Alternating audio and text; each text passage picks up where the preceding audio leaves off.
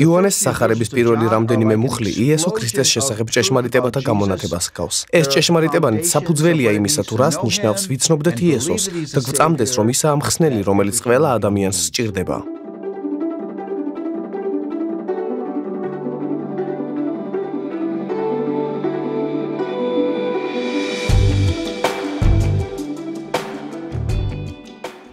ჩემთან ერთად წარმოიდგინეთ, რომ ელაპარაკებით ადამიანს, რომელსაც არასოდეს სმენია იესოს შესახებ. არაფერი იცის მასზე. როგორ აღუწერდით უფალი იესოს ვინმეს? იოანე მოციქული სწორედ იესოს აღწერს თავისი საოცარი სახარების პირველივე თავში. იოანე სახარებას წერს ქრისტეს შობიდან დაახლოებით 70 წელს. ის უკვე მოხუცებულია და წერს იესოს შესახებ, რადგან სურს ყველა მიცოდეს, რომ იესოა ერთადერთი პიროვნება, რომელსაც საუკუნო სიცოცხლის მოცემა შეუძლია.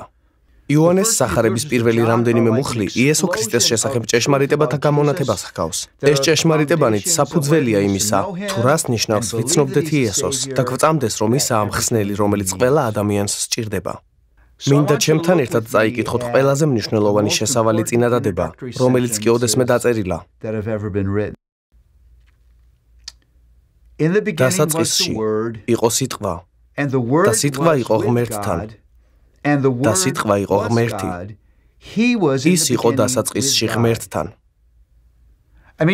პირდაპირი გაგებით, კვირაობით შეიძლება ამ გასაოცარი სიტყვების მნიშვნელობის შესახებ ფიქრი. დასაწყისში იყო სიტყვა.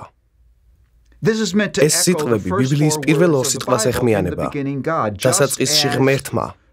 ისევე როგორც დაბადების წიგნი იწყება ღმერთით და ისაა ყოველივეს დასაწყისსა და ცენტრში, ასევე იოანეც უფალი იესოს დასაწყისში ათავსებს.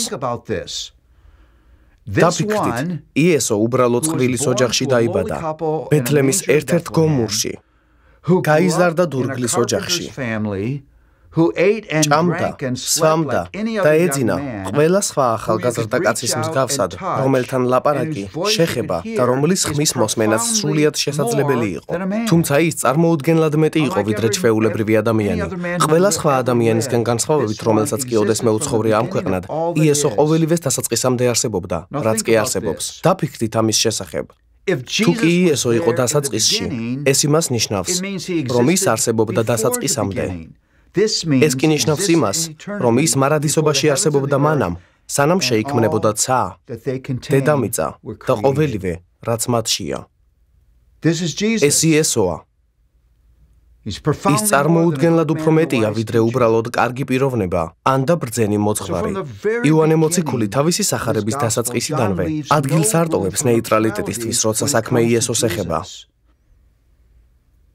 ყურადღება მიაქციეთ იმას, რომ იოანეს იესოსთვის უფალი ჯერ არ უწოდებია. იესოა ღმერთის საბოლოო უწყება, ღმერთის ყველაზე ძლევამოსილი და დიდი გამოცხადება. სამყაროში ყველაზე მნიშვნელოვანი, რაც კი შეიძლება იცოდეთ, ესაა უფალი იესოს ცოდნა, მისი ცნობა. ჭეშმარიტი სიბრძნის შუაგული არც ფილოსოფიურია და არც კონცეპტუალური. ჭეშმარიტი სიბრძნე პიროვნებაა, რომელსაც იესო ჰქვია.